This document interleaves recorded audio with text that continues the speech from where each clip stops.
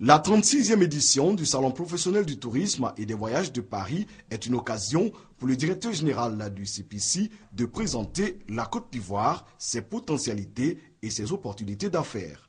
À la presse et aux investisseurs français, Essis Esmaël Emmanuel a souligné l'environnement des affaires attractif et compétitif en Côte d'Ivoire, avec notamment un volume d'investissement en nette progression en 2013 de 506 milliards de francs CFA par rapport à 2013, estimé à 219 milliards de francs CFA. Pour le ministre du Tourisme, le CPC constitue l'instrument privilégié pour la promotion du produit Côte d'Ivoire. L'édition 2014 du Top Parisa enregistre la participation de plusieurs acteurs mondiaux du secteur du tourisme.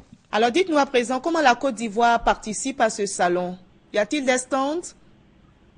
Oui, d'abord, je dois dire que c'est le plus important salon du tourisme et des voyages de France, qui en est à sa 36e édition cette année, le Top Parisa 2014. La Côte d'Ivoire a une forte présence cette année, puisqu'on a un stand de 54 mètres carrés. On a la participation d'une vingtaine de professionnels du secteur du tourisme de Côte d'Ivoire. Et également, vous l'avez signalé, la participation du CPC. On a Air Côte d'Ivoire qui est avec nous, on a Corsair, on a le port autonome d'Abidjan. Une très belle participation cette année, on en est très content. Alors aujourd'hui, vous avez eu une rencontre avec vos homologues africains du Bénin, du Sénégal et du Congo-Brazzaville. Dites-nous, de quoi avez-vous parlé?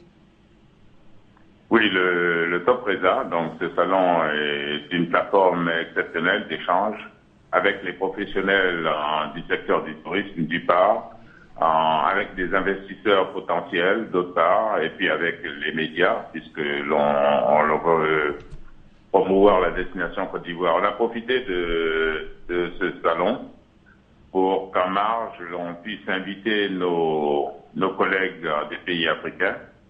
Réunion que l'on a eue ce matin, au cours de laquelle on a pu échanger et discuter des problématiques liées au secteur du tourisme dans la région Afrique et plus particulièrement dans la sous-région. Des problématiques qui ont trait au problème de facilitation d'obtention de visas en termes de connectivité aérienne. Et également, ce qui est très important, trouver des mécanismes de riposte aux situations ponctuelles telles que celle du virus Ebola qui touche certains de nos pays frères actuellement et où il faudrait que l'on ait une communication plus forte de la part des Africains qui vivent ce drame et des Africains qui sont solidaires de leurs frères et ne pas laisser les médias occidentaux faire de la communication à ce sujet. Et c'était une réunion qui était très intéressante. On a décidé d'avoir un cadre de concertation permanent pour pouvoir traiter de ce sujet. Et la première réunion aura lieu à Abidjan en tout début 2015.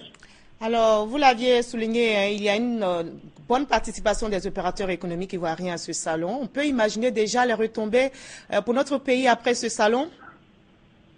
Oui, parce que vous savez, pour faire une politique dynamique du tourisme, il faut la participation des opérateurs étrangers, des pays émetteurs de touristes. La France étant l'un de nos principaux clients en termes de pays émetteurs, et c'était important que les opérateurs privés ivoiriens puissent venir se mettre en contact avec le monde du tourisme français et qui puissent également se mettre à développer des circuits, des packages, pour qu'ils puissent offrir un produit bien spécifique et attractif sur le marché français. Donc, je dois dire que ce salon est un gros succès pour nous. Merci beaucoup, Monsieur le ministre, d'avoir répondu à nos questions. C'est moi qui vous remercie et puis je salue tous nos compatriotes et j'aurai grand plaisir à rentrer très prochainement dans ce beau pays qu'est la Côte d'Ivoire.